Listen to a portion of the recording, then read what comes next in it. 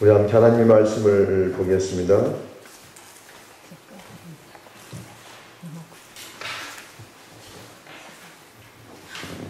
이 시간 우리에게 주시는 하나님의 말씀은 베드로전서 4장. 이 시간 우리에게 주시는 하나님의 말씀은 베드로전서 4장 1절로 11절까지의 말씀을 보겠습니다.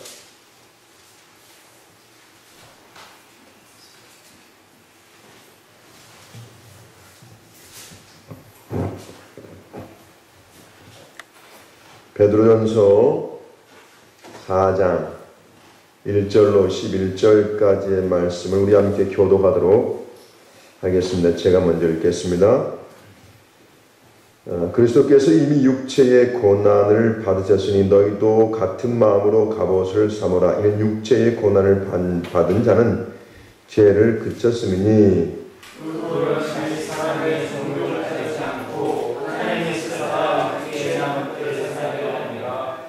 너희가 음란과 정욕과 술 취함과 방탕과 향락과 무법한 우상 숭배를 하여 이방인의 뜻을 따라 행한 것은 지나간 때로 족하도다.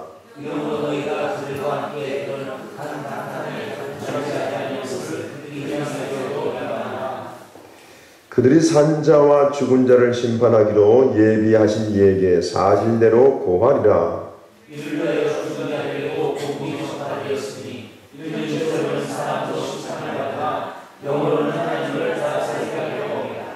만물의 마지막이 가까웠으니 그러므로 너희는 정신을 차리고 근신하여 기도하라.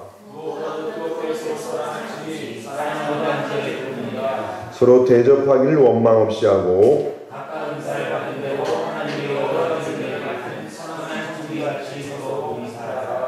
함께 보겠습니다. 만일 누가 말하려면 하나님의 말씀을 하는 것 같이 하고 누가 봉사하려면 하나님이 공급하신 힘으로 하는 것 같이 하라. 이는 범사의 예수 그리스도로 말미암아 하나님이 영광을 받으시게 하려 함이니 그에게 영광과 권능이 세세에 무한으로 있느니라. 아멘.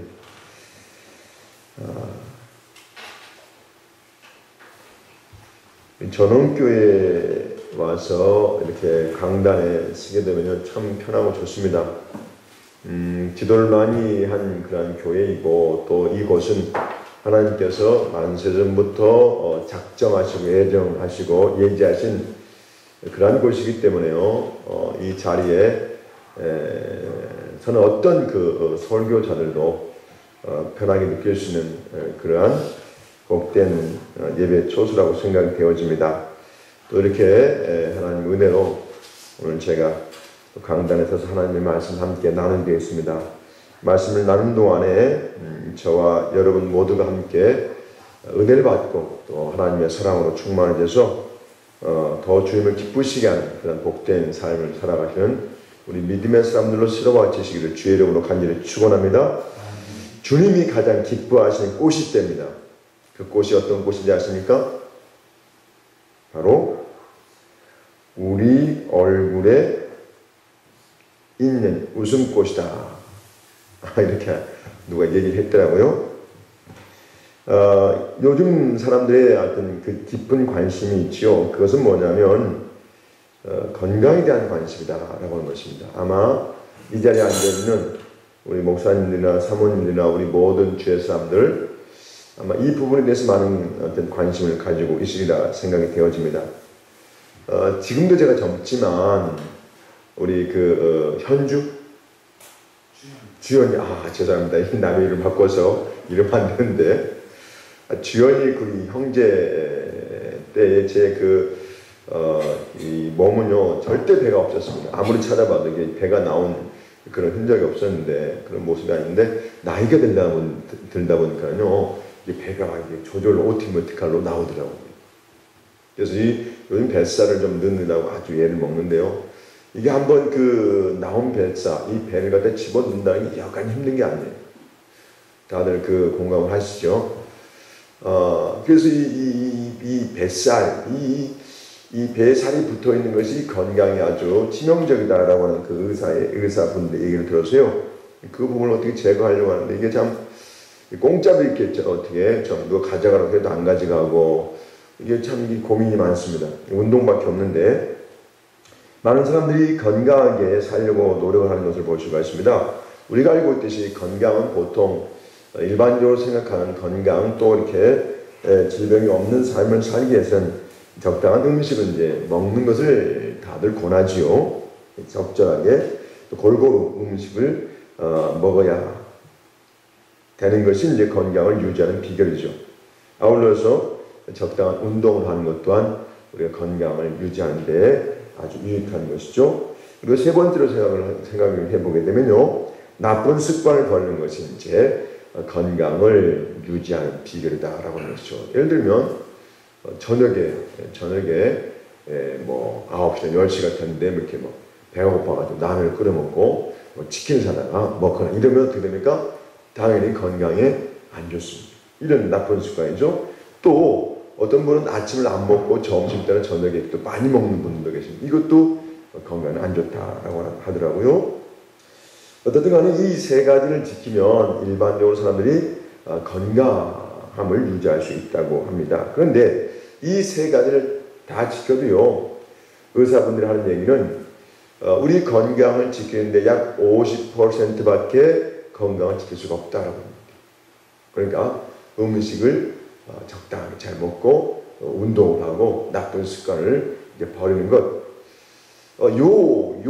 이것만 해가지고는 우리 몸의 100%의 건강한 몸의 상태를 유지할 수 없다라고 하는 거죠. 그러면 50%의 그 건강을 유지하는 방법이 뭔가? 그 비결이 뭔가? 이 예방의학의 권위학자 이 피터 한슨은요 이런 얘기를 했습니다. 정말 그 중요한 나머지 50% 우리의 몸의 건강을 유지하는 나머지 50%는 놀랍게도 서로 사랑하는 것이다 라고 했습니다. 의사분이 그런 얘기를 했어요.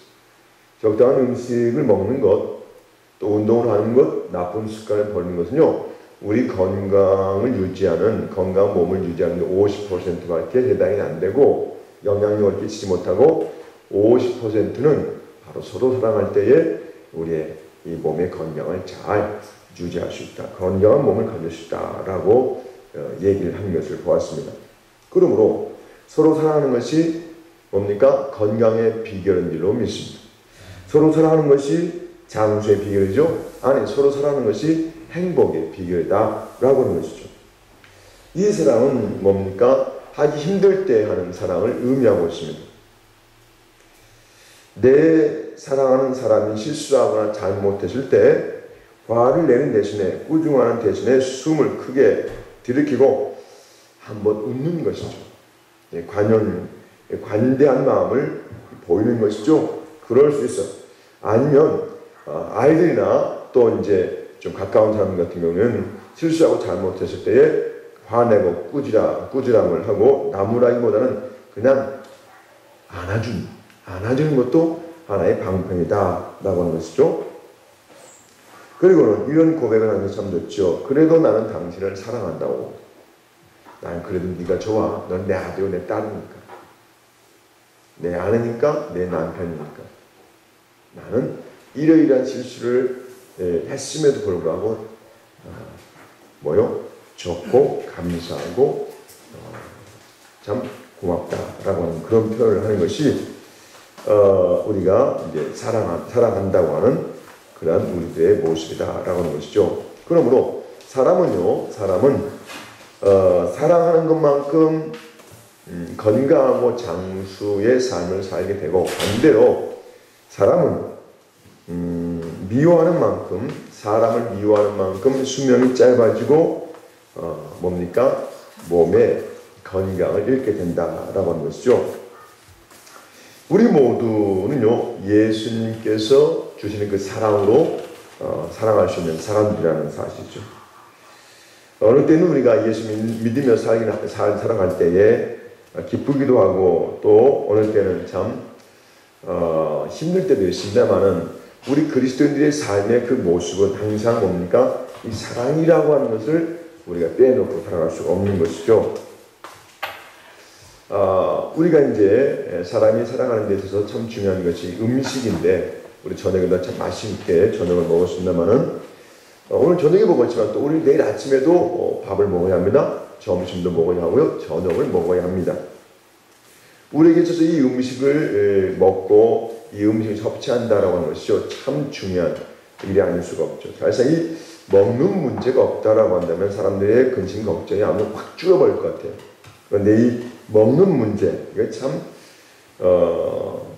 논할 것 없이 참 중요한 문제이고 힘든 문제이죠. 그런데 우리가 생존을 위해서 이 음식을 좀 섭취해야 되는데, 그러나 우리의 이 삶 속에서 정말 오늘 이 시간도 우리와 함께 있어야 하고요. 내일 아침에도 점심때에도 그리고 밤에도 그리고 그 다음날도 우리에게 정말 필요한 것이 있습니다. 이것이 없으면 정말 살기 힘들죠. 이것이 있음으로 말하면 나도 좋고 상대방도 좋고 우리 모두가 좋은 것입니다. 하나님께도 영광이 되는 것입니다. 그것이 무엇입니까? 바로 사랑이다라고 하죠. 믿으시기를 주의 이름으로 축원합니다. 네. 사랑은 지금도 필요합니다. 그리고 내일도 필요합니다. 모레도 필요합니다. 우리가 살아있는 동안에 모두에게 필요한 것이 사랑이다라고 하는 것이죠. 사랑을 빼버리면 얼마나 우리의 삶이 삭막해지는지, 얼마나 우리의 삶이 힘든지, 무거운지, 어두운지, 답답한지 이루 말 수가 없다라고 하는 것이죠. 그래서 예수님께서는 사도 바울을 통해서 우리에게 말씀했습니다. 믿음, 소망, 사랑, 이 세 가지는 항상 있을 것인데 그 중에 제일은 사랑이라 이렇게 말씀했죠. 그 고린도전서 13장에 있는 사랑의 내용, 이 사랑장의 내용을 보게 되면요, 이 사랑은 오래 참고 또 뭡니까? 화를 내지 않고 참으며 또 뭡니까? 믿으며 바라며 견디며 이런 그 사랑의 내용들이 많이 있습니다. 그런데 우리가 사랑의 이 말씀을 들으면 사랑해야 된다고 하는 말씀을 들으면서 우리가 늘 생각하는 것은 우리가 늘 사랑할 수 있는가 하는 것이죠. 우리 성경은 우리에게 사랑하라 말씀하고 있는데, 과연 우리는 그 성경이 말씀하고 있는 것처럼 사랑을 계속 하고 사는가, 그리고 사랑을 계속 할 수 있는가에 대한 문제를 우리가 생각해 보지 않을 수 없다라는 것이죠. 사랑의 삶을 살라고 말하는데 사랑의 삶을 살기 힘든 것이 오늘 우리가 살고 있는 삶의 어떤 그 현실적인 문제라고 보아집니다. 그런데 성경은 우리에게 완벽한 사랑, 이 100%에 해당하는 그 사랑을 요구하고 있지 않다는 것이죠. 특별히 고린도전서 13장에 보게 되면요, 완벽한 사랑, 정말 흠도 없는 그런 사랑을 요구하는 것이 아니라요, 우리가 하는 사랑은요, 흠이 있습니다. 우리가 거울을 볼 때 우리가 거울을 통해서 우리 자신을 봅니다만은 우리 자신을 정확하게 잘 못 봅니다. 그런데 주님께서 오시면 우리를 정확하게 볼 수 있습니다. 우리가요, 이 땅에서 살아갈 때는요, 우리 자신도 정확하게 모릅니다. 남도 모릅니다. 예수님도 정확하게 잘 모릅니다. 아니, 사랑도 잘 모릅니다. 천국도 잘 모릅니다. 지옥도 잘 모릅니다. 그러나 어느 때가 되면 우리가 다 알게 된다는 사실이죠. 사랑에 대해서 생각해 보겠습니다. 우리가 주님에 대한 사랑, 십자가의 사랑이 주님의 사랑인데 이 십자가에 대한 사랑을 안다? 우리는 얼마나 알고 있는지, 물론 개개인마다 차이가 있겠지만 십자가의 사랑을 100% 모릅니다. 우리가 사랑을 하는데 우리가 얼마만큼 사랑하고 있는지도 모른다는 것이죠. 고린도전서 13장에 나오는 그 사랑에 대한 말씀은요, 우리에게 어떤 사랑을 요구하시는가 하느냐면요, 우리의 사랑이 부족합니다. 우리 사랑이 흐릿합니다. 완벽하지 못하지만 그럼에도 주님은 우리에게 뭘 요구하십니까? 사랑을 요구하고 있다는 거죠. 100%의 사랑이 완벽한 사랑, 온전한 사랑이라고 한다면 주님은요, 100%의 사랑을 우리에게 요구하는 것이 아니라 10% 줬습니다. 20%요, 30%도 줬습니다. 우리에게 주님께서 원하시는 것은 뭡니까? 사랑하라고 하는 것이죠. 완벽한 사랑을 요구하는 것이 아니다. 흠이 없는 사랑, 아주 어느 누구도 그런 사랑을 할 수가 없습니다. 주님은 우리들로 하여금 하나님의 자녀 백성이 되었으니 사랑할 것을 요구하고 있다라고 하는 것이죠. 그러므로 오늘 우리가 살고 있는 이 시대에서 정말 필요한 것이 뭔가? 사랑이다라는 사실을 우리가 알 수 있습니다. 왜 우리는 사랑의 삶을 살아야 되는가? 우리는요, 다시 오실 주님을 기다리고 있는 사람들이기 때문에 그렇습니다. 맞지요? 저는 예수님을 정말 기다리고 있습니다. 예수님이 이 땅에 오시는 것도 굉장히 사모하고 있습니다. 행여 이런 걱정을 합니다. 주님이 이 땅에 오셔서 제 이름을 부르지 않고 그냥 가신다고 한다면 이건요, 생각만 해도 가슴이 철렁 내려앉습니다. 우리는 어떻습니까? 만약에 예수님께서 믿음의 사람들, 아름다운 신부들을 데리고 있다고 하셨는데 나는 데려가지 않고 다른 사람들만 데려갔다. 박수를 칠 수 있겠습니까? 웃을 수 있겠습니까? 기뻐하고 감사할 수 있겠습니까? 아닙니다. 모두가 땅바닥에 주저앉아서 아마 넋을 잃고 있을 것입니다. 하나님, 나 어떻게 해요? 아마 많이 울부짖을 겁니다. 나 어떻게 해요? 나 이제 어떻게 살아요? 나 하나님, 이러다가 주님께 버림받는 건 아닙니까? 영원히 주의 나라에 못 들어가는 것 아닙니까? 정말 끔찍한 일이, 생각만 해도 끔찍한 일이 아닐 수가 없죠.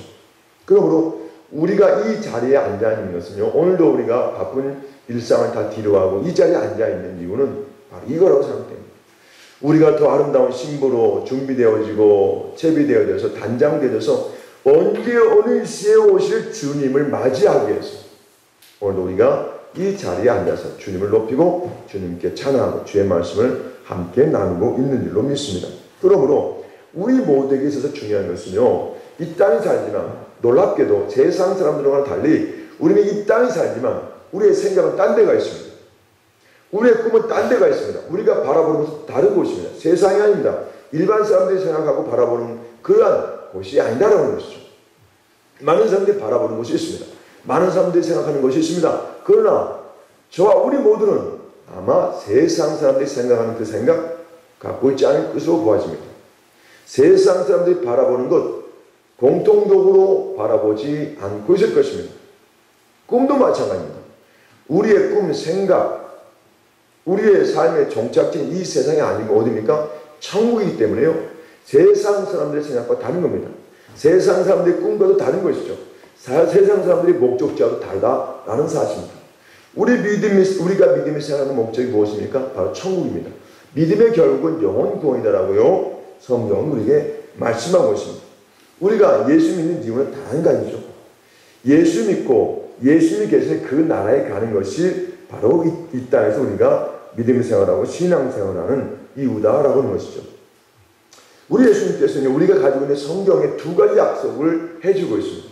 한 가지 약속은 이미 성취가 됐습니다. 그 약속이 어떤 것입니까? 바로 이 땅에 예수님께서 아기 예수로 오시는 그러한 어떤 초림에 대한 약속이 있지요. 성경에는요, 초림에 대한 약속이 약 350회 정도 기록이 되어 있습니다. 그 약속대로 예수님은요, 이미 2000년 전에 오셨다가 가셨습니다. 그리고 예수님께서 이제 한 가지 약속을 더해 주시고 계시는데 바로 예수님이 다시 오신다는 약속이죠. 바로 우리는 예수님의 어떤 재림에 대한 약속이라고 이렇게 생각할 수가 있죠. 신약성경 260장 중에요, 316회에 걸쳐서 예수님이 다시 오실 것에 대한 말씀을 기록해 주고 있습니다. 그러므로 신약성경의 20분의 1을 차지하고 있는 내용이 바로 뭡니까? 예수님께서 이 세상에 다시 오신다라고 하는 것입니다. 그러므로 우리는요, 예수님께서 다시 이 땅에 오신다라고 하는 이 재림에 대한 약속을 우리는 붙들고 살아야 될 줄로 믿습니다. 그런데 왜 예수님께서 다시 오시지 않냐 하는 것이죠. 2000년 전에 약속을 하셨는데 왜 지금까지 2015년이 된 이 시간까지 예수님께서 오시지 않느냐 하는 것이죠. 그것은 뭐래요? 한 가지 이유 때문입니다. 예수님께서 디모데전서에 말씀하고 것처럼 예수님의 마음, 하나님의 마음은 그렇습니다. 모든 사람이 구원을 받으며 모든 사람이 진리를 아는 데 이르기를 원한다 라고 기록하고 있는 것처럼요, 한 사람이라도 더 구원하시기 위해서, 한 사람이라도 더 회개하고 주 앞에 나와서 하나님의 백성 되기를 원하시는 그 마음 때문에 주님은 오늘 이 시간까지도 오시는 것을 늦추고 연장시키고 있다라고 하는 것이죠. 그러면 주님께서 왜 오시느냐 하는 것이죠. 그 이유는 한 가지죠.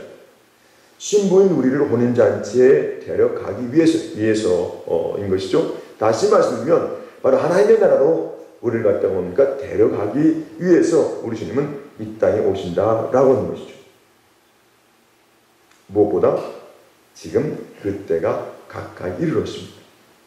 우리가 살고 있는 지구촌 여기저기에서 일어나는 사건과 사고와 재앙을 통해서 주님께서 이 땅에 오실 날이 멀지 않았다는 사실을 우리는 인식하고 알고 있지요. 깨닫고 있지요.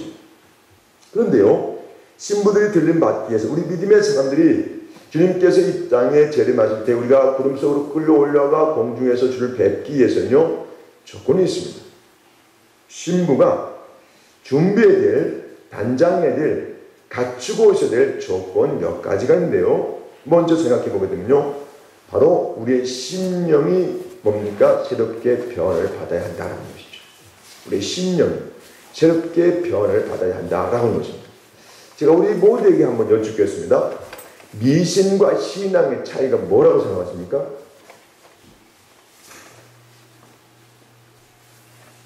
미신과 신앙의 차이 혹시 아십니까? 자, 미신은 이렇습니다. 미신이라고 하는 그 의미는요, 쉽게 표현하게 되면 미신을 믿는 사람들, 어떤 자신들이 믿는 신을 통해서 뭔가 해결받고자 하는 사람들이죠. 그러니까 자신이 변화되어져서 자기가 믿는 신을 기쁘게 하고, 그렇죠? 마음을 흡족해 하는 그런 것이 아니라 자기가 믿는 신의 마음, 생각을 바꾸어서 뭡니까? 자기가 혜택을 받고자 하는 것이 미신입니다. 그렇죠? 신앙은 무엇입니까? 신앙은요, 바로 우리 믿음의 사람들을 지칭한다고 보게 된다면, 신앙생활이라는 것은, 믿음 생활이라고 하는 것은 하나님, 우리가 믿는 예수님은 하나님의 마음을 움직여가지고 우리의 소원, 목적, 뜻을 이루는 것이 아니라 하나님의 말씀에 따라서, 하나님의 뜻에 따라서 내가 변화되어져서 하나님을 기쁘시게 하는 것입니다. 이것이 바로 신앙인의 모습이고 신앙생활이라고 하는 것입니다. 우리는 미신을 섬기고 미신을 따르는 추구하는 사람들이 아니라는 것이죠. 신을 변화시켜서 내 목적, 내 뜻을 이루는 사람들이 아니라 하나님의 말씀과 하나님의 그 뜻을 통해서 그분의 은혜와 사랑을 통해서 내가 변화되는 것이죠. 내가 달라지는 것이죠. 내가 바뀌는 것이 오늘 우리 믿음의 사람들의 마음이요, 생각이요, 모습이다라고 하는 것이죠. 내가 바뀌어야 됩니다. 하나님이 바뀌는 것이 아니다. 하나님이 달라지는 것이 아니라 내가 달라지고 내가 새로워지고 내가 변화를 받는 것입니다. 바로 심령이 새롭게 변화되는 것이 그러므로 우리에게 중요하다라는 말씀이죠. 요한복음에 있는 말씀을 빌려서 생각해 보게 되면 바로 우리가 born-again 크리스찬이 되는 것이죠. 거듭난 크리스찬이 되는 것이다 라고 하는 것이죠. 그런데 이 거듭남이라고 하는 것은요, 우리의 힘으로는 불가능합니다. 거듭남이라고 하는 그 원문을 보게 되면요, 이런 어떤 의미가 있습니다. 어떤 뜻이 있느냐 하면요, 위로부터 출생한다라고 하는 뜻이 있습니다. 거듭남이라고 하는 의미가요, 위로부터 덧입는 것이죠. 위로부터 출생한다. 그러니까 이 거듭남의 사건은 뭡니까? 우리의 힘과 노력에 의해서 우리가 달라지고 변화되는 것이 아니라 바로 이 거듭남의 사건은 하늘로부터, 하나님으로부터, 주님으로부터 임하는, 부어지는 변화의 사건이다라고 하는 것이죠. 이 거듭남, 이 심령이 새롭게 되는 이것은요, 하나님께서 해 주셔야만이 되는 것이다 라고 하는 것이죠. 그러므로 이 거듭남이 우리에게 있어야 하는데, 이 거듭남에 대해서 성경은 우리에게 뭐라고 말씀하고 있습니까? 거듭남이 없이는 하나님의 나라를 볼 수도 없고 하나님의 나라에 들어갈 수도 없다, 이렇게 말씀하고 있습니다. 이 거듭남이라는 것은 새로운 본성으로 변화시키는 것입니다. 새롭게 심령이 달라지는 것이 거듭남이다 라고 하는 것이죠. 다시 말씀드리면요, 죄를 사랑하던 나의 본성 자체가 바뀌는 것이죠. 그러므로 뭡니까? 죄를 거부합니다. 죄에서 점점 멀어지는 것이죠. 그리고 죄를 지었으면 얼른 회개하는 것입니다. 바로 이 거듭남의 역사, 변화를 경험한 사람들의 모습이다 라고 하는 것이죠. 결코 거듭나기 전에 죄를 먹고 마시고 즐기면서 살았던 것처럼 거듭나면 그 죄를 거부하고 죄로부터 뭡니까? 멀어지려고 하고 죄를 지었으면 얼른 회개하는 그러한 생각, 마음의 변화가 뭡니까? 뒤따른다 라고 하는 것이죠. 그러므로 우리의 심령이 죄에 대해서 예민해지는 것입니다. 거듭나기 전에는 죄에 대해서 묻었습니다. 그냥 지나갔어요. 그러나 거듭남으로 성령이 내주하시죠. 성령이 내주하십니다. 그러므로 이 죄에 대해서 눈이 정확하게 떠지는 거죠. 죄에 대한 판단력이 생기는 겁니다. 죄인지 아닌지를 구별할 능력이 뭡니까? 생기는 것입니다. 그러므로 거듭난 사람의 특징은 죄에 대해서 굉장히 예민하고 죄를 거부할 뿐만 아니라 죄를 지었으면 회개하지 않고는 견딜 수가 없는 사람으로 바뀌는 것이 거듭난 사람의 특징이요 모습이다 라고 하는 것입니다. 성령님을 통해서 바로 이 거듭남의 역사가 성경에 일어날 것을 요한복음에 말씀하고 있죠. 사람이 물과 성령으로 거듭나지 아니하면 하나님 나라를 볼 수도 없고 하나님의 나라에 들어갈 수 없다 이렇게 말씀하고 있죠. 그러므로 이 성령님을 통해서 우리가 거듭남을 경험할 수가 있게 된다라고 하는 것이죠. 거듭나지 아니하면 우리의 삶에 많은 어떤 문제에 봉착하게 되는 것이죠. 아니 그 문제는 뭐냐면 계속 죄에 매여서 죄와 함께 죄 종노릇하며 살아가는 삶을 살게 된다라고 하는 것이죠. 왜 사람이 하나님 나라에 못 들어가는가? 그건 다른 능력과 실력이 없어서 배움이 없어서 지식이 없어서 하나님 나라에 못 들어가는 것이 아니죠. 뭐 때문에 못 들어가는 것입니까? 죄라고 하는 것이죠. 그래서 예수님께서 이 땅에 인간의 몸으로 오신 이유가 뭡니까? 이 죄의 문제를 해결하시기 위해서 이 땅에 뭡니까? 동정녀 마리아의 몸을 빌어서 이 땅에 오신 것입니다. 그리고는요, 마지막 사역인 십자가에 못 박혀 물과 피를 다 쏟으시고 뭡니까? 죽으신 것입니다. 왜요? 바로 그분은 죄가 없으시지만 우리의 죄, 내 죄, 이 땅의 모든 사람들의 죄를 대신 짊어지고 죽으신 것이 바로 십자가에서 이루신 사건이 따라오는 것이죠. 이 죄 문제를 해결하시기 위해서 주님이 십자가를 지신 것이죠. 그러므로 예수 그리스도를 믿음으로 우리의 죄 문제가 해결됐죠. 자, 믿었지만 죄에 대해서 민감하지 못합니다. 그러나 성령으로 거듭나면, 물과 성령으로 거듭나면 죄에 대해서 민감해지게 된다는 것이죠. 그러니까 내가 거듭났는가 거듭나지 아니했는가는 무엇을 보면 알 수 있습니까? 죄에 대해서 내가 어떠한 시각으로 보고 있는가, 죄에 대해서 내가 어떻게 반응하고 있는가를 보게 되면 내가 거듭났는가 거듭나지 아니했는가를 알 수가 있다라고 하는 것이죠. 교회를 다니면서도 많은 사람들이 회개에 대한 얘기를 하게 되면 굉장히 싫어합니다. 회개에 대해서 얘기하면 굉장히 싫어합니다. 특별히 신앙생활을 오래 하신 분일수록 회개하라고 이렇게 이제 말씀을 나누게 되면 굉장히 꺼려합니다. 회개하라고 말하면 마치 거북이가요, 그러니까 어떤 위험을 느끼면 그 목과 다리를 갖다가 몸통으로 딱딱한 몸속으로 확 집어넣어버리죠.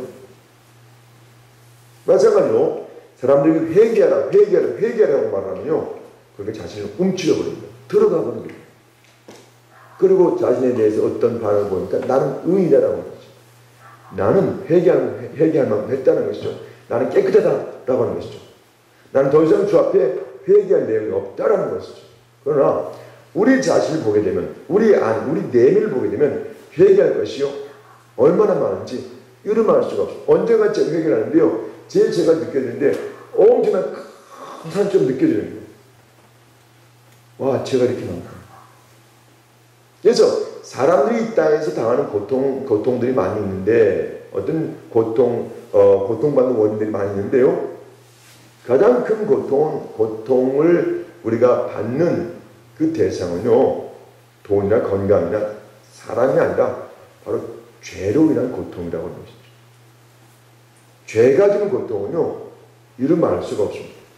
죄가 주는 그 어두움, 답답해서 못 삽니다. 죄가 주는 그 어두운 마음은요, 이건 죄가 주는 그 불안요, 얼마나 이거 참, 이거 힘든지. 죄가 주는 이 두려움, 죄로 인해서 벌 받을까봐 벌벌 떨고 있을 때 우리의 이 마음, 굉장히 뭡니까? 힘듭니다. 아파서 당하는 그 고통과 어려움보다, 우리가 돈이 없어서 불편하고 어려움을 당하는 것보다 이 죄로 인해서 당하는 고통과 어려움을 이름할 수가 없다는 것이죠. 그런데 사람들이 이 죄에서 노인받게 하는 것이 회개인데, 예수님의 보혈로 씻김받고 예수의 이름으로 사함받고 정결함을 얻을 수 있는 방법이 회개인데, 죄로부터 자유함을 얻을 수 있는 그것이 회개인데, 사람들이 이 회개하라고 하는 말에 굉장히 부정적인 방향으로 행동을 하게 된다는 것이죠. 그래서 사람들은 평상시엔 좋다가도 회개하라고 하게 되면 마음을 다 굳게 한다는 것이죠. 이게 이제 왜요? 나 의인이라는 것이죠. 우리가 로마서 1장에 보거든 이런 말씀이 있습니다. 우리를 갖다가 만세전부터 예정하셨다라고 하는 그 정하셨다라고 하는 말씀이 있습니다. 정하시고, 그 다음에 우리를 부르시고, 그 다음에 의롭게 하시고 영화롭게 하셨다라는 말씀이 있습니다. 자, 이 말씀을 한번 보게 되면요, 오늘 저와 우리 모두가 이 자리에 앉아 있는 것은 우리 주님께서 만대전부터 정하신 것입니다. 하나님의 사람으로 백성으로 삼으시기 위해서 정하셨다. 이걸 애정이라고 그랬죠. 정하시고는 우리를 어떻게 했습니까? 불렀습니다. 어디요? 교회 안으로 불렀습니다. 진리가 있고 복음이 있고 예수 그리스도가 계시고 생명이 있는 교회 안으로 누구의 손길을 통해서인지는 모르지만 불렀습니다. 불러서 뭐 하도록 하게 했어요? 예수 그리스도를 믿게 해서 의롭게 하시려고. 할렐루야. 의롭게 하시려고. 그렇죠? 자, 사람이 어떻게 의롭게 됩니까? 무엇을 통해서 의롭게 됩니까? 믿음으로요. 할렐루야. 맞죠? 믿음으로 의롭게 되는 거예요. 믿음으로 의롭게 되는 거예요. 자, 정하시고 부르셨습니다. 어떤 사람의 손길을 통해서 교회 안으로 불렀습니다. 왜요? 의롭게 되도록 하겠습니다. 의롭게 되는 방법은 예수 그리스도를 믿는 것입니다. 나의 죄를 대신 짊어지고 십자가에 달려 죽으신 주님을 믿는 것입니다. 나의 구주로, 나의 주님으로, 나의 주인으로 믿는 것입니다. 그렇게 되면 어떻습니까? 우리가 의인됩니다. 의롭게 됩니다. 죄인에서 의인되는 것이죠. 사망의 생명으로 우리의 삶의 자리가 바뀌는 것이죠. 자, 보세요. 많은 사람들이, 교회 안에 들어온 사람들이 여기까지 다다른 사람들이 많이 있습니다. 교회 안에 들어와서 예수 믿지 않는 사람 드물죠. 우리 다 예수님 다 믿으시죠? 여기도 충청도네요. 우리 교회도 충청도인데.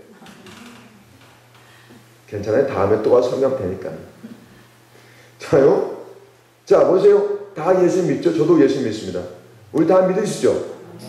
여기까지는 다 할 수 있죠.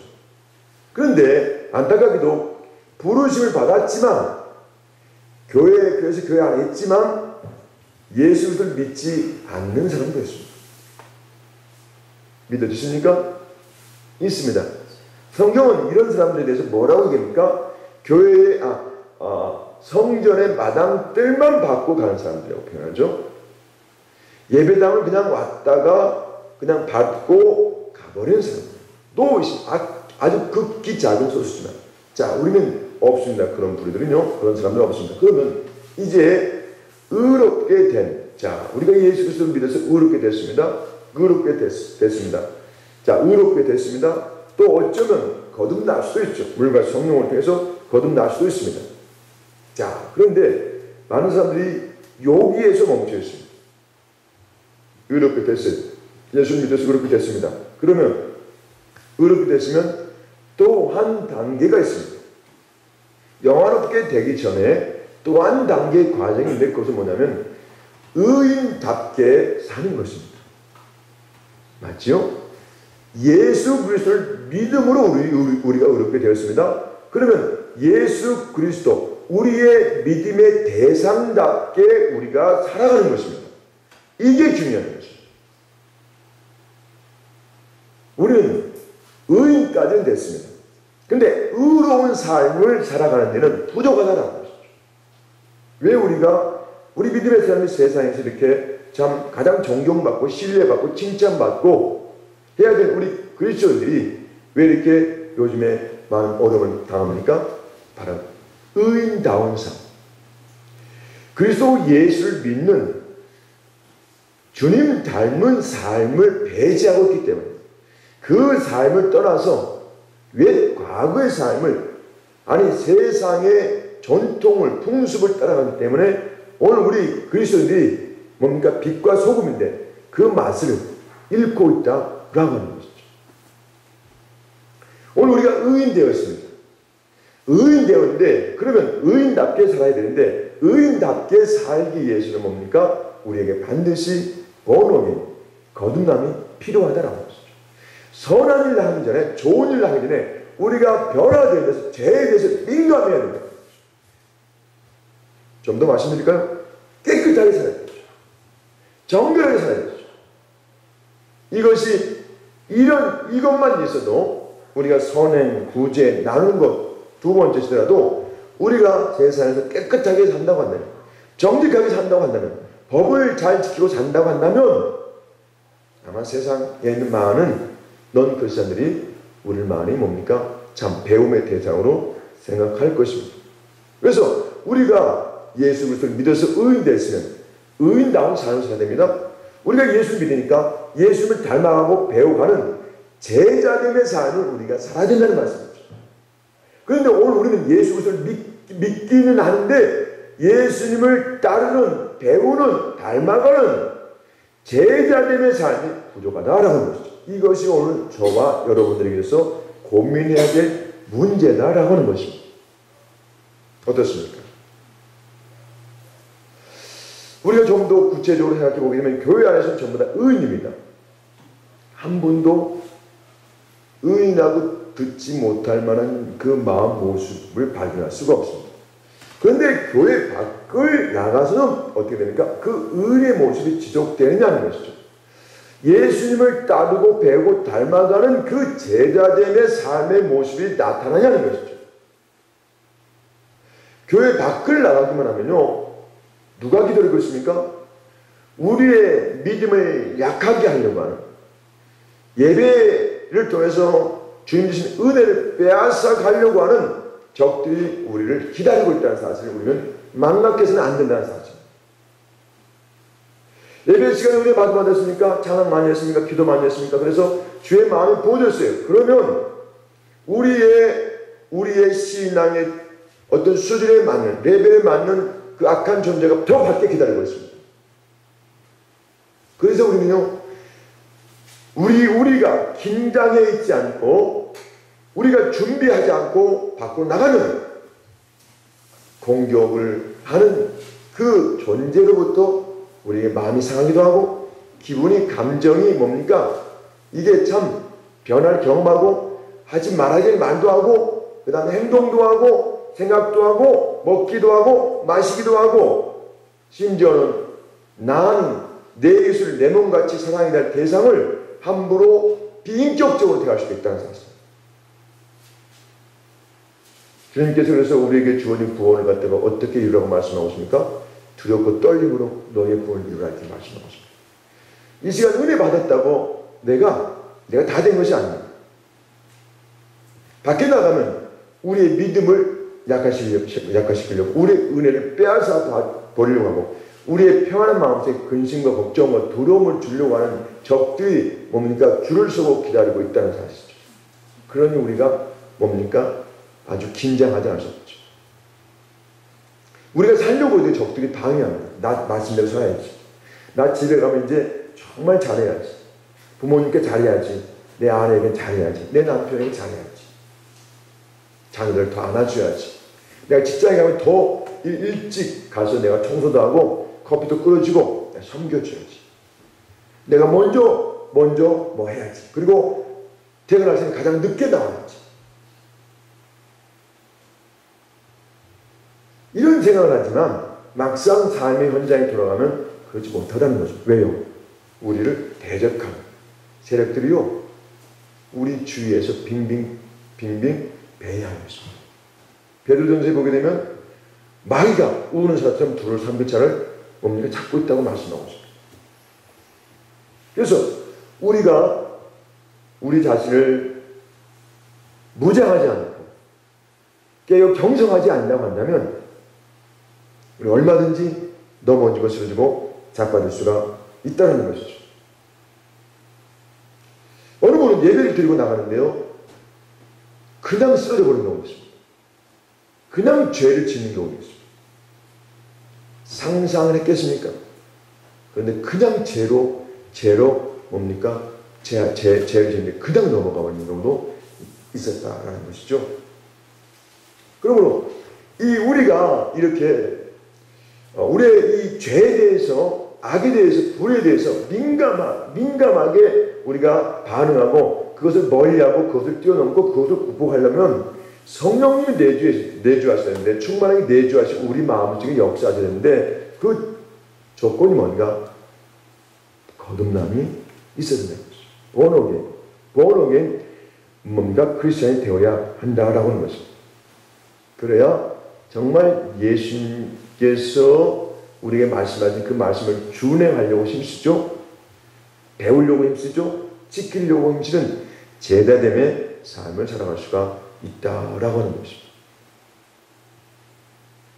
그러므로요. 우리가 거듭남을 반드시 우리 안에 이루어야 합니다. 이 거듭남은 어떻게 되는가? 어렵지 않습니다. 그것은 예수 그리스도의 십자가 보혈을 믿고 내 죄와 허물을 주 앞에 고백하면서 구하는 것입니다. 주님, 나에게 거듭남을 허락해 주옵소서. 내가 내 힘으로는 어떻게 거듭날 수가 없습니다. 거듭남의 사건은 위로부터 부어지는 사건이거든요. 위로부터 태어나는 사건입니다. 주님께서 역사하셔야 우리의 심령이 새롭게 되어질 수가 있습니다. 우리가 변화될 수가 있습니다. 그래서 죄를 멀리하고 악을 멀리하고 불을 멀리하고 하나님의 진리와 교훈과 말씀을 따라가는 그런 삶을 살아갈 수가 있기에 바로 이 사건이 반드시 우리에게 이루어져야 하고 이것이 이루어지기 위해서는 주님께 구하는 방법이 최고다라고 하는 것이죠. 다른 방법 이거 참 아무리 찾아도 우리 곁에는 없습니다. 주님께 가서 구하는 것만이 바로 이 거듭남의 놀라운 이 사건이 우리 안에서 이루어지게 된다라고 하는 것이죠. 우리가 또 한 가지 주님의 오심을 준비하는 사람들로 살아가기 위해서는요. 우리가 오늘 말씀에도 기록되어 있듯이 정신을 차리고 근실하여 기도하는 것이죠. 왜요? 예수님께서 오실 때가 뭡니까? 언제인지 모르기 때문에 그렇습니다. 예수님께서 오시는 것은 규정사실이죠. 말씀하셨기 때문에 그 말씀하신 바를 반드시 이루시는 그러한 분이시기 때문에 우리는요, 주님이 언제 어느 시에 오실지 모르기 때문에 우리가 깨어 있을 수밖에 없다라고 하는 것이죠. 오늘 7절에도 만물의 마지막에 가까웠으니 그러므로 너희는 정신을 차리고 근실하여 기도하라 이렇게 말씀하고 있습니다. 데살로니가전서 5장에 이렇게 말씀하고 있죠. 주의 날이 밤에 도둑같이 이룰 줄을 너희 자신이 자세히 알기 때문이라. 그들이 평안하다 안전하다 할 그때에 임신한 여자에게 해선에 고통 이름과 같이 멸망이 갑자기 그들에게 이르르니 결코 피하지 못하리라 이렇게 말씀하고 있죠. 마태복음 24장에 보게 되면 그러나 그날과 그때는 아무도 모르다니 하늘의 천사들도 아들도 모르고 오직 아버지만 아시느니라 이렇게 말씀하고 있습니다. 또 마태복음 24장에 보게 되면요, 특별히 42절과 44절에 보게 되면 그러므로 깨어있으라 이렇게 말씀하고 있습니다. 아울러서 항상 기도하며 깨어있으라 이렇게 말씀하고 있습니다. 근데 그 말씀의 의미를 다른 성경에 보게 되면 keep watch라고 했는데 계속 뭡니까? 깨어있어 보고 있는 상태를 의미합니다. 보는 겁니다. 시대를 분별하는 겁니다. 깨어있는다고 하죠. 눈을 감으면 안 되죠. 눈을 감고 있으면 안 돼요. 세상을 읽지 못하면, 세상에 돌아가는 것을 보지 못하면 뭡니까? 이건 잠들어 있는 거고 같습니다. 그래서 오늘 우리에게는 뭡니까? 깨어 있어야 되는데 그 깨어 있어야 되는 의미는 뭡니까? 두 가지죠. 육적 잠에서 깨어 있어야 되고 영적 잠에서 깨어 있어야 돼요. 우리가 지금은 잠자고 있을 때가 아니라는 사실입니다. 우리 권사님들, 집사님들 기도하시죠. 기도하시지 않습니까? 그러면 요즘 우리 권사님들, 집사님들께서 기도하실 때 어떤 느낌이 드십니까? 좀 더 쉽게 표현하죠. 지난주에 기도할 때하고 이번 주에 기도할 때의 기도가 잘 되십니까? 잘 되지 않습니까? 작년에 기도할 때하고 올해 기도할 때하고 기도할 때의 어떤 내가 하는 기도가 잘 되십니까? 아니면 많이 어렵습니까? 힘듭니까? 우리의 기도 생활은요, 하면 할수록 어제보다 오늘이, 그렇죠? 그리고 내일이 그 다음날이 더 힘듭니다. 왜요? 지금 마지막 때가 돼서요, 우리 믿음의 사람들이 이렇게 모여서 함께 말씀을 나누고 있지만 영적인 세력들도 지금 뭐하고 있는지 아십니까? 힘을 규합하고 있습니다. 막 모이고 있어요. 왜요? 때가 가까이 왔으니까 그들도 힘을 합쳐서 한 사람을 더 믿음에서 뭡니까? 떠나게 하는 주님에게서 떠나게 하는 수단과 방법을 동원해서요, 지금 그들이 힘을 합쳐서 우리 믿음의 사람들을 주님에게서 믿음 안에서 멀어지게 하고 있다는 거예요. 교회를 흔듭니다. 교회에 문제를 줍니다. 장거했습니다. 그런데 그게 아주 크게 부풀어 버리죠. 지금 그들이요, 지금 전열을 가다듬고 모이고 있다는 사실. 그러면 우리 믿음의 사람은요, 지금 우리가 어떻게 됩니까? 힘을 키우려면 우리 자신도 모여야 합니다. 모이기를 힘쓰라고 말씀하고 있죠. 우리가 자꾸 모여야 됩니다. 그래서 가정에서 모입니다. 가정에서 모이는 것이 뭡니까? 가정 예배드리고. 교회에서 자꾸 모여서 기도하고 예배하고. 말씀을 듣고 나누고. 또 뭡니까? 자꾸만 믿음의 사람들과 함께 말씀을 나누면서 은혜를 나누는 거예요. 깨어있는 사람들과 교제와 교통하면서 우리 자신을 계속 깨어있는 상태로 유지하는 것. 중요합니다. 우리 권사님, 집사님들, 옛날보다 기도하는 시간이 많아졌습니까? 길어졌습니까? 줄어들었습니까? 아니면 식사할 때만 잠깐 기도할 정도로 기도 시간이 줄어버렸습니까? 솔직히 말씀을 안 하셔도 됩니다. 제가 알기로는 많은 분들이 기도 시간이 줄었습니다. 맞죠? 줄었습니다. 나도 모르게 그렇게 됐어요. 왜요? 바쁘니까. 왜요? 자녀들을 교육시키고 가정의 삶을 꾸려야 되니까 어쩔 수 없습니다. 몇 년 전만 해도 집안의 가장이신 남편, 그렇죠? 한 사람만 밖에 나가서 일하면 됐습니다. 지금은 부부가 뭐 해야 됩니까? 맞벌이 해야 될 정도가 됐습니다. 때문에 경제적인 그 부분은 좀 더 여기가 있을지는 모르지만 일하다 보면 어쩔 수 없습니다.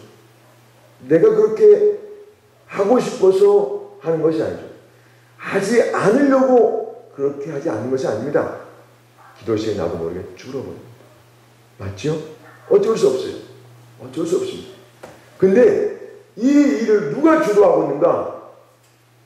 공중 권세 잡은 자가 이미 오래전부터 뭡니까? 계획해 놓은 일을 지금 몇 년 전부터 우리 대한민국 땅에 다 풀어놓았습니다. 그러니까 많은 분들이 부부가 함께 일합니다. 대신에 주님께 나아가서 깊은 교제, 교통 한 시간이 줄어듭니다. 세상이 그렇게 돌아갑니다. 공중권세자고 이미 그렇게 뭡니까? 계획을 세워놓고 일하는 것입니다. 요즘에 많은 사람들이 바쁩니다.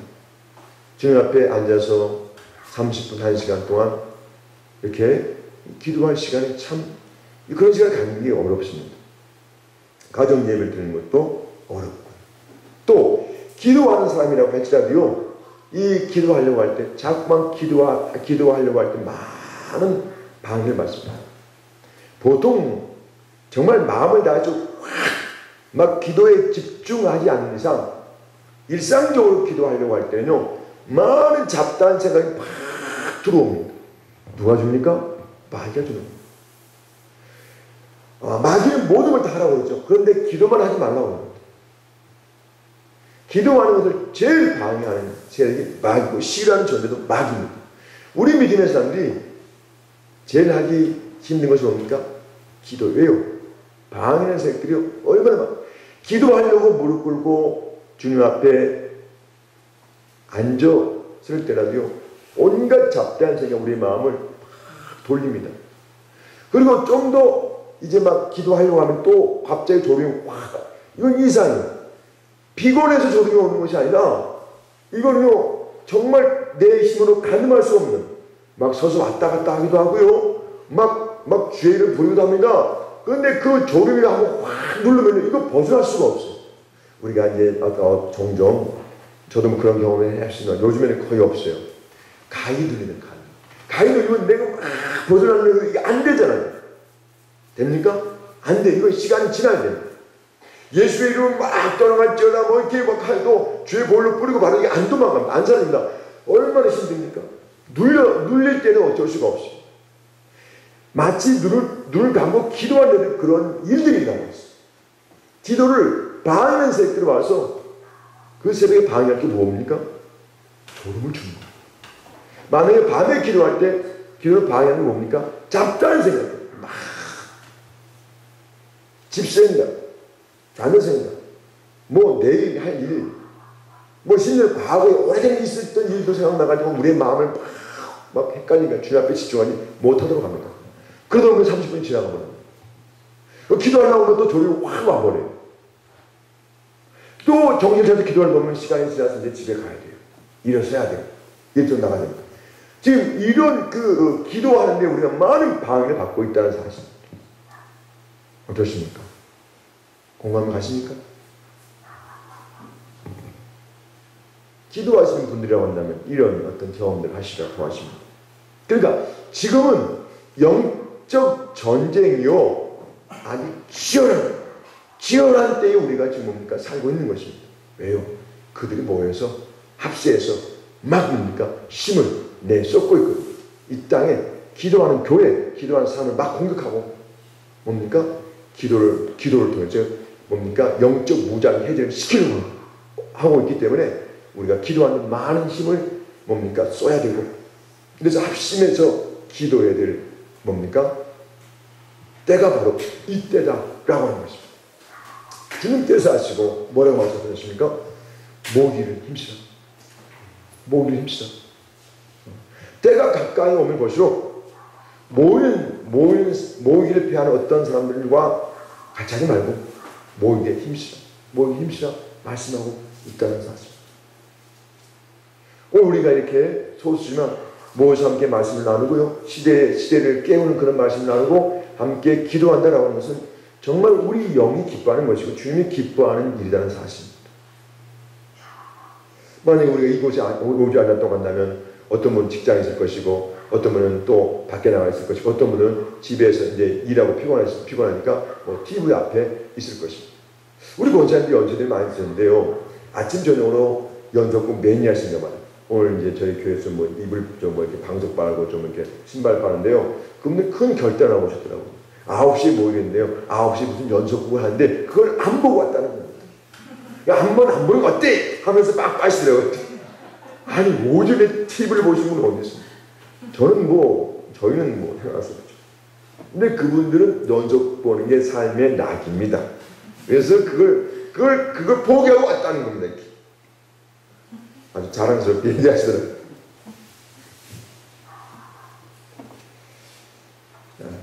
이때요, 기도하는 것이 우리에게 정말 중요합니다.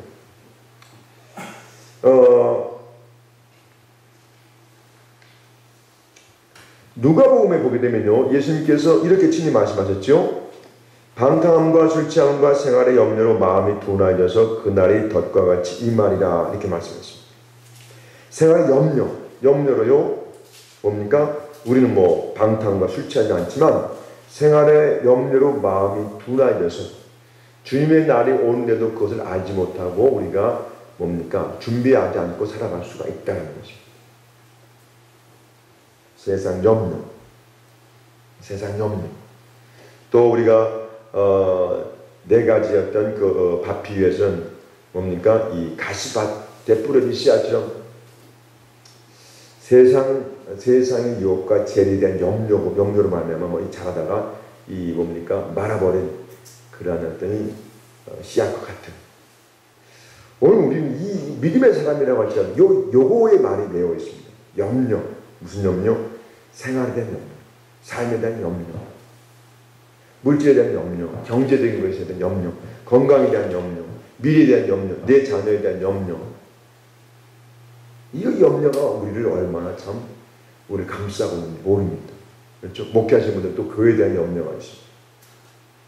이 염려 때문에 정작 우리가 해야 될 일을 하지 못한다는 것입니다. 정작 우리가 준비해야 될 그 일들을 놓치는 경우들이 많이 있다는 거예요. 준비하지 못하고 그냥 지나가 버린다는 것이죠.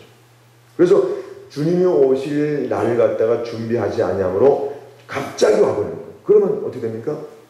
우리가 주님께로부터 부름받을 수가 없습니다. 마치 이것과 같죠?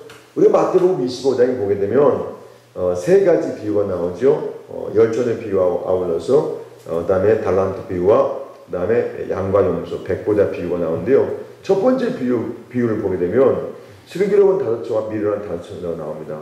뭡니까? 어떤 처녀들이 신랑과 함께 혼인잔치 집에 들어갔습니까?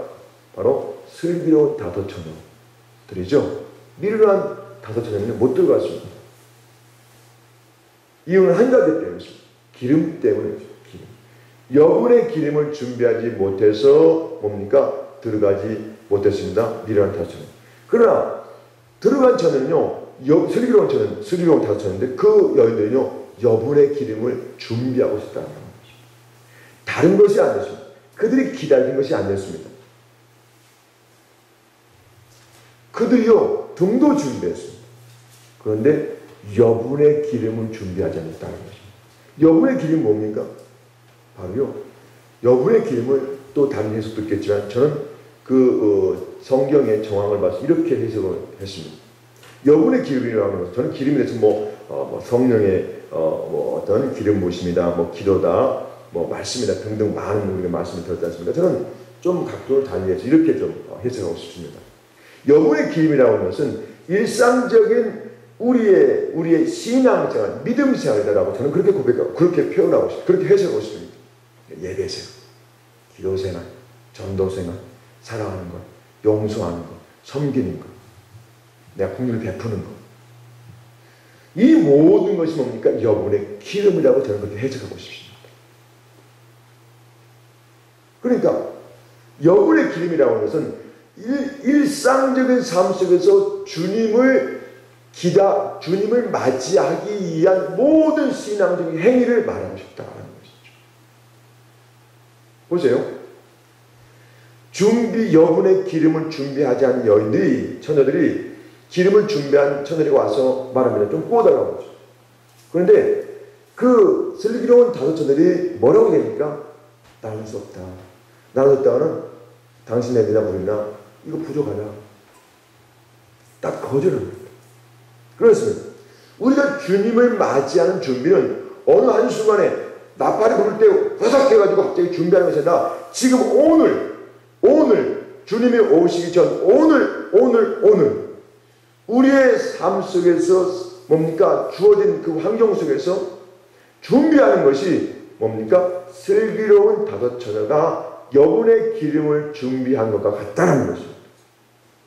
그리고요, 준비하지 않는 사람에게 준비한 사람이 그 어떤 것을 나눠줄 수가 없다는 겁니다. 다시 말씀드리면 주님을 맞이할 준비는 내가 남을 대신해서도 할 수 없고 준비한 어떤 사람에게서 내가 그걸 가져와서 내 것으로 삼을 수 없다는 것입니다. 기도 본인이 해야 되죠. 예배 본인이 해야 되죠. 용서 본인이 해야 되죠. 섬기는 거 본인이 해야 되죠. 우리가 해야 되죠.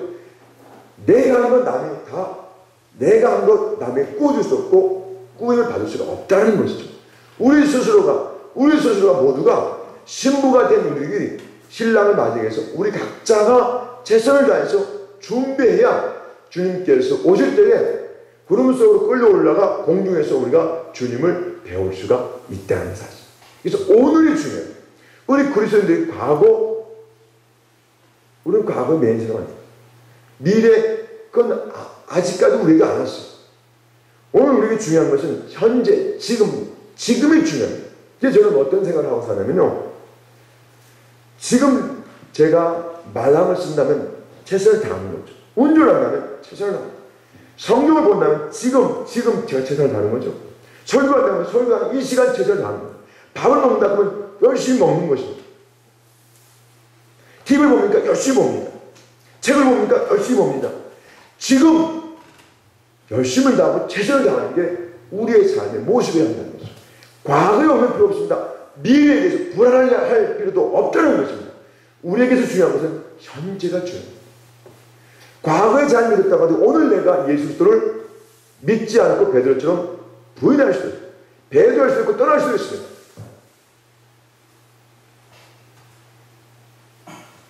오늘 우리가요, 지금 잘 믿는 것이 중요합니다. 지금 믿음의 사람으로 내가 사랑하는 것이 중요하죠. 지금 깨어 기도하는 것이 중요한 것이죠. 지금 내가 주님을 사랑하는 것이 중요하죠. 지금 준비하는 것이 우리에게도 중요하다는 그런 말씀입니다. 지금 용서하는 것이 중요합니다. 아니요. 오늘 밤에 주님이 우리를 불러갈 수도 있습니다. 지금 하는 겁니다. 지금. 기도 언제 합니까? 오늘 지금 하는 거죠. 말씀의 주제 언제 합니까? 지금 하는 겁니다. 예수님 사랑 언제 합니까? 지금 하는 겁니다. 내일이 아니에요. 밖에 나가서 아니다. 지금 하는 겁니다. 지금. 우리는 내일을 알 수 없어요. 잠언 17장 1절을 보니까 내일을 장하지 말라. 한날에 무슨 일이 일어나는지 너희가 알 수 없습니다. 이렇게 말씀합니다. 우리는 내일 모릅니다. 내일 아침이요? 우리 장담할 수 없습니다. 우리 속담에 됐죠? 한치 앞 사람의 앞길을 모른다고 했습니다. 우리는 모릅니다. 오늘 저녁에 우리 권사님들, 우리 사모님들이 함께 저녁을 해줘서 맛있게 먹었는데 내일 아침 우리가 오늘 저녁처럼 맛있게 먹을 수 있을는지 없을는지 어떻게 합니까? 모르는 겁니다.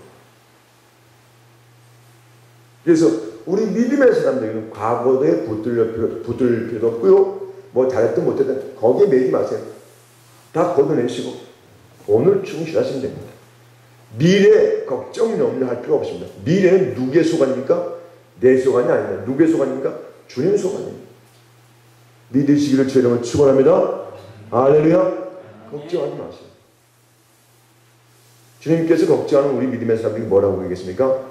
오늘 베드로전서 4장 7절 8절 보니까 아무것도 염려하지 말고 모든 일에 기도와 간구로 너희 구할 것을 감사하고 하는 게 아니라 그러면 모든 지각에 뛰어난 하나님의 평강 그리스도 예수 안에서 너희 마음과 생각을 지키시라.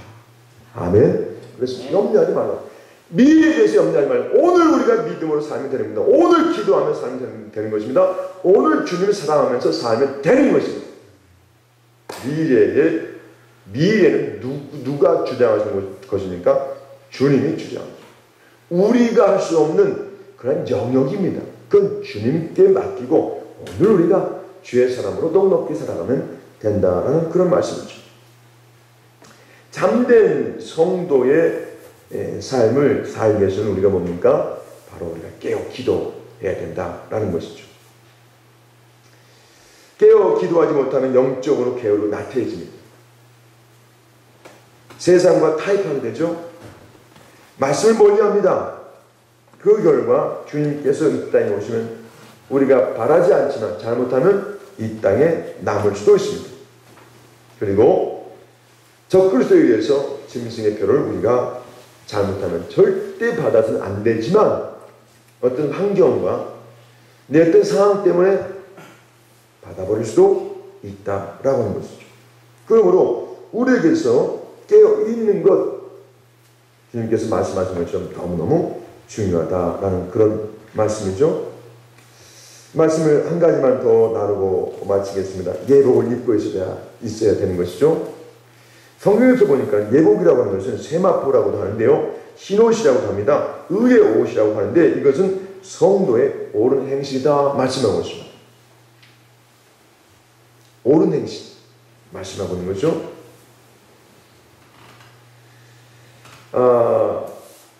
서두에 말씀드린 것처럼요. 우리 믿음의 사람들은 하나님의 은혜로 부름받았고 뭡니까? 의이 되었습니다.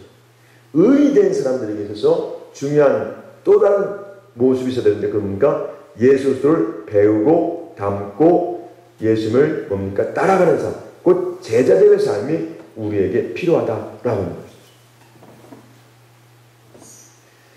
어느 날 예수님께서 비유로 이런 말씀을 하셨습니다. 임금이 손님들을 보러 들어올세 거기서 예복을 입지 않는 한 사람을 보고 이르되 친구여 어찌하여 예복을 입지 않고 여기 들어왔느냐 하니 그가 아무 말도 못하거늘 임금이 사람들에게 말하되 그 손발을 묶고 바깥 어두운 데 내에 던지라 거기서 슬피 울며 이를 갈게 되리라 하니라 말씀하고 있습니다.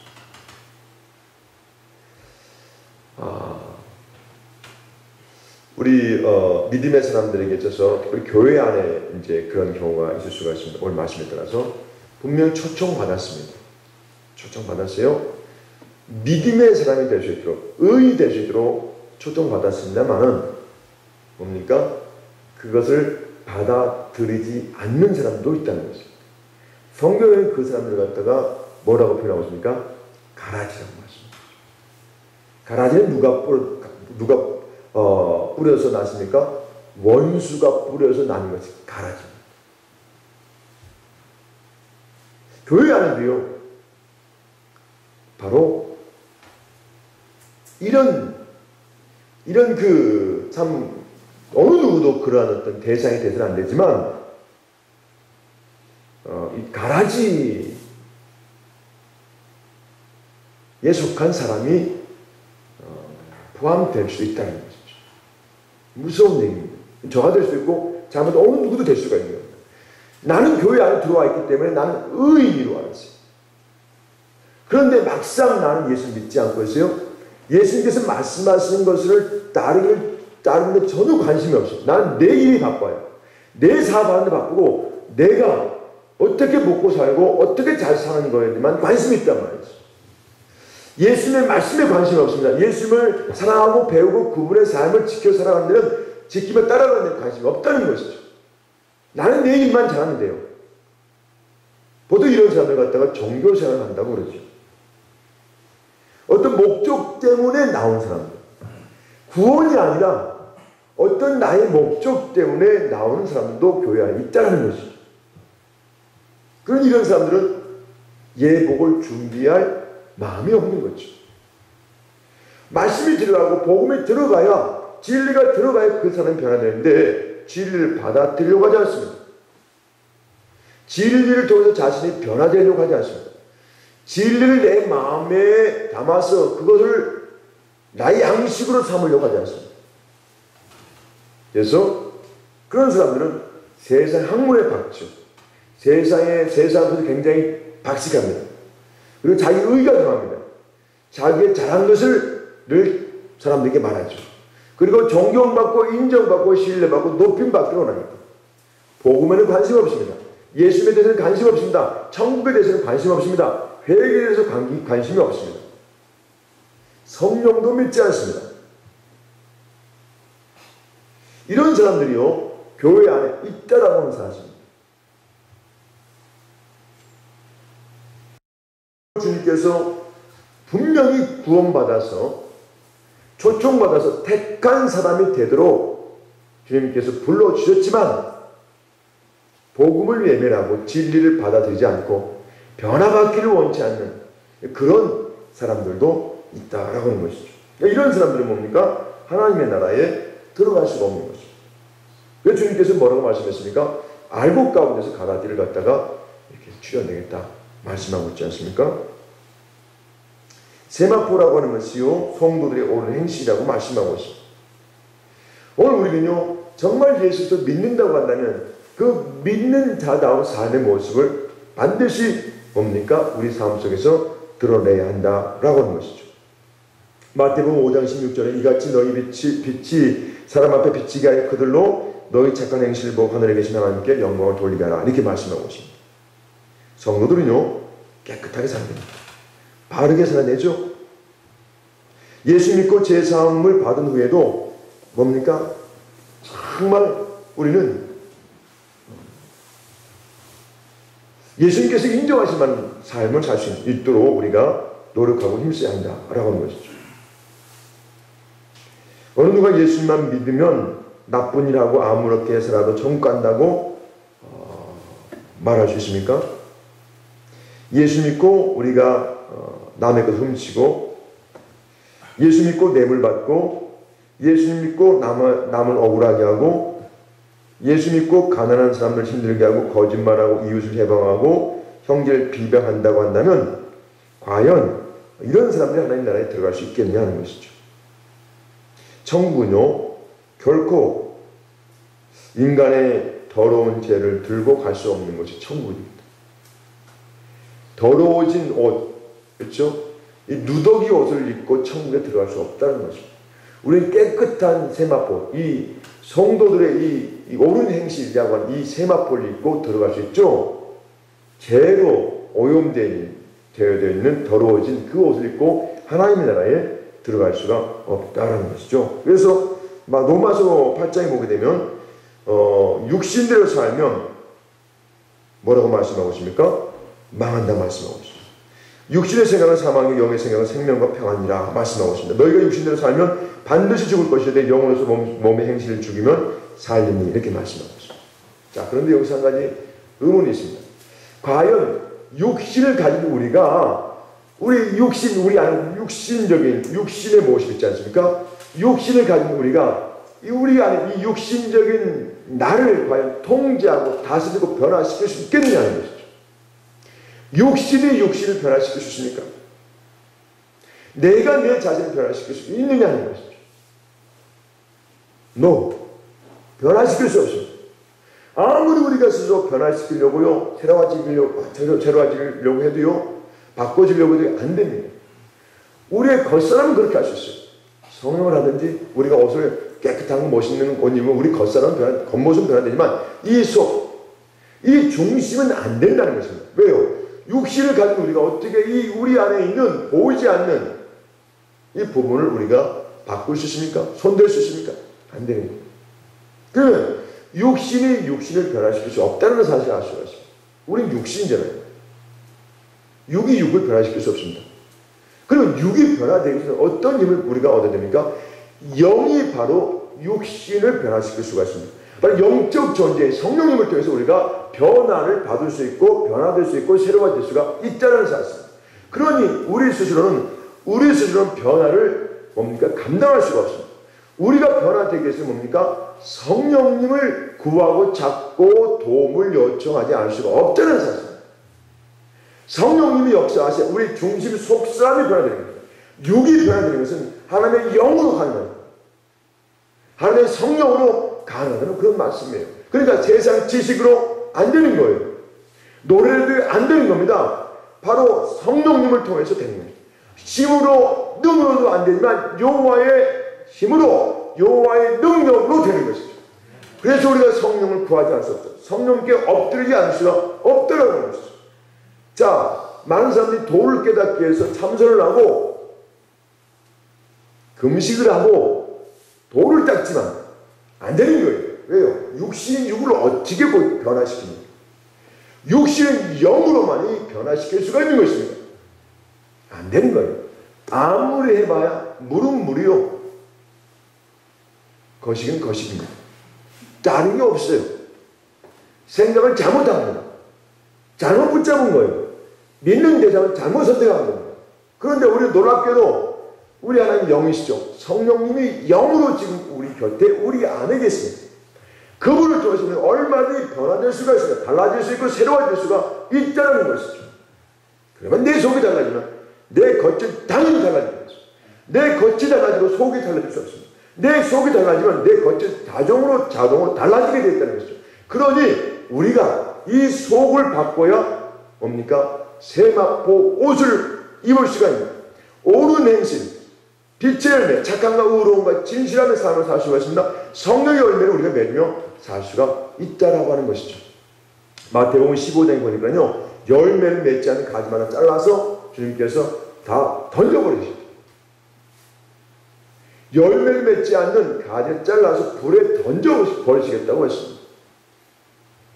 근데 마태복음 15장에 말씀하고 있는 그 열매가 뭔지 저는 생각을 해봤습니다. 그 요한복음 15장에 말씀하고 있는 그 포도나무 비유에서 그 열매가 뭘까? 저는 제 개인적으로 그렇게 해석했습니다. 거기 말씀하니까요, 두 번에 걸쳐서 주님께서 말씀하신 내용이 있는데, 내가 너희를 사랑한 것처럼 너희도 서로 사랑하라.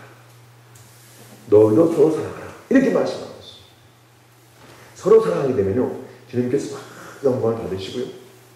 더 나아가서요, 서로 사랑하게 되면 그 사람 우리 안에 늘 머물러 있게 한다고 말씀하고 있습니다. 더 나아가서 서로 사랑이 있는 사람들은요, 주님께서 무엇을 구한다 응답해 주시겠다고 말씀하고 있습니다. 그래서 알았습니다. 바로 주님께서 이 요한복음 15장에 원하는 그 열매라고 하는 것은 사랑의 열매구나. 서로 사랑하는 그 열매구나 라고 저는 제 개인적으로 그 말씀을 그렇게 해석하며 받아들였습니다. 아까도 말씀드렸지만 오늘 우리에게 필요한 것이 무엇입니까? 제자됨의 모습이 무엇입니까? 성도의 아름다운 행실이 무엇이라고 생각하십니까? 사랑입니다. 사랑보다 우리에게 큰 힘이 무엇이 있습니까? 사랑보다 우리에게 최고가 되는 그 어떤 것이 있습니까? 저는 그래서 그렇게 고백합니다. 그렇게 말합니다. 사랑이 우리에게 가장 큰 힘이다. 사랑이 우리에게 가장 중요한 것이다. 어떻습니까? 사랑이 있으면 나도 좋고 상대방도 좋습니다. 권력이나 돈은 내게 있으면 좋지만 어떤 다른 상대방은 힘들고 어려울 수가 있습니다. 사랑은 나도 좋고 상대방도 좋게 하는 것입니다. 다 같이 살게 하는 것이죠. 다 같이 회복하는 것이죠. 다 같이 하나님을 기쁘시게 하는 것이죠. 다 같이 주님을 영화롭게 하는 것이 서로 사랑하는 것이죠. 놀랍게도요, 보세요. 사랑이라고 하는 것은요, 주님은 우리에게 일방적인 사랑만 하신 것이 아니라 주님도 우리에게 뭐라고 말씀하십니까? 주님께서도 우리에게 말씀했죠. 하나님을 사랑하되 마음을 다하고 목숨을 다하고 뜻을 다하고 힘을 다하여 주 너의 하나님을 사랑하라. 이렇게 말씀하셨어요. 주님은 우리 사랑하셨죠. 그런데 그것을 끝이지 않고요, 우리들로 하여금 주님도 사랑하래요. 하나님도 사랑하래요. 목숨 다하고 마음 다하고 뜻과 힘을 다해 사랑하라고 말씀하고 있습니다. 우리 하나님을 사랑해야 됩니다. 하나님을 마음껏 사랑하시는 주 이름을 축원합니다. 자, 아울러서 우리도 서로 사랑해야 됩니다. 자, 보세요. 가정에서 부부가 있습니다. 아내가 보통 남편을 많이 사랑하지요. 그런데 남편은 아내가 사랑함에도 사랑한다고 말도 하지 않고 액션도 취하지 않고 반응도 없어요. 그러면 어떡합니까? 사랑하다 지쳐버립니다. 온전한 사람은 어떤 사람입니까? 아내도 남편을 사랑하고 남편도 아내를 사랑합니다. 부모도 자녀를 사랑하고 자녀도 부모를 사랑하는 것입니다. 그렇죠? 이 사랑이 좋은 것입니다. 일방적 사랑은요, 힘들고 어렵습니다. 우리 믿음의 사람들은요, 서로 사랑하는 것입니다. 서로 아껴주는 것입니다. 서로 이해해주는 것이죠. 서로 용서하는 것입니다. 서로 배려해주고, 서로 섬겨주고, 서로 이해해주고, 서로 보듬어주고, 서로 손잡아주고, 서로 이끌어주고, 밀어주는 것이 바로 오늘 그리스도 예수를 믿는 교회 공동체 안에서 이루어져요. 그리고 예수를 믿는 그 가정 안에서 예수 믿는 사람들이 있는 곳에서 이루어져야 될 사랑의 모습이다라고 그랬어요. 서로 사랑하라고 그랬어요. 전에 사랑하는 데는 많은 희생과 고통과 아픔이 따릅니다. 그러니까 사랑이 가치가 있고 의미가 있는 거죠. 그래서 사랑을 변화시키는 겁니다. 힘이 안 들고 쉽다고 한다면 사람이 감동받을 수가 없죠. 변화될 수가 없죠. 웃을 수가 없는 겁니다. 소망을 뭡니까? 가슴에 품지 않을 수가 없죠. 숨을 수가 없는 겁니다. 사랑의 고통에 따르니까, 사랑의 아픔에 따르니까, 사랑의 희생에 따르니까 그 사랑이 사람을 변화시키는 겁니다. 사람이 웃음을 주는 겁니다. 사람이 힘을 주는 거죠. 어떻습니까? 결국 우리 믿음의 사람들에게 있어서 주님을 맞이하는, 맞이하려고 준비하고 있는 우리 믿음의 사람들에게서 있어서 중요한 것은 뭐냐면요, 결국 이 사랑의 삶이다 라고 하는 것이죠. 오늘 말씀에도 그렇게 기록되어 있죠. 무엇보다 뜨겁게 서로 사랑할지니 사랑은 허다한 죄를 덮는다 말씀하고 있습니다. 믿음의 소망, 사랑, 그 중에 제일은 사랑이라고 말씀하십니다. 성경에 보게 되면요, 방언도 패하고 지식도 멈추고 애원도 패한다고 말씀합니다. 근데 사랑은 영원하다고 했습니다. 사랑은 끝이지 않는다고 했습니다. 이 땅에서 사랑이 필요하고 저 천국에서 사랑이 필요합니다. 이 땅에서 하나님의 사람으로 잘 준비하고 단장되는 비결이 뭡니까? 사랑하는 삶을 사는 것입니다. 주님께 영광이 되는 삶, 바로 사랑의 삶이다 말씀하고 있습니다. 주님께서 왜 우리로 하여금 사랑의 삶을 살라고 말씀했는가? 이거 한 가지 있더라고요. 내 기쁨을 너희 안에 담아서 너희 기쁨에 충만하도록 하기 위해서 주님께서요, 그 사랑의 열매를 맺으라고 말씀하셨어요. 그러면 그 사랑의 열매를 맺기 위해서는 사랑을 공급받아야 되는데 어디서 공급받습니까? 요한복음 15장에 말씀하고 있죠. 가지가 나무에 붙어 있으면 저절로 열매를 맺는다고 말씀하고 있습니다. 우리가 서로 사랑하는 삶을 살기 위해서는요, 그냥 주님께 붙어 있으면 되는 것입니다. 그러면 저절로 열매를 맺게 되는 것이죠. 어떤 열매요? 사랑의 열매를 맺게 된다라고 하는 것이죠.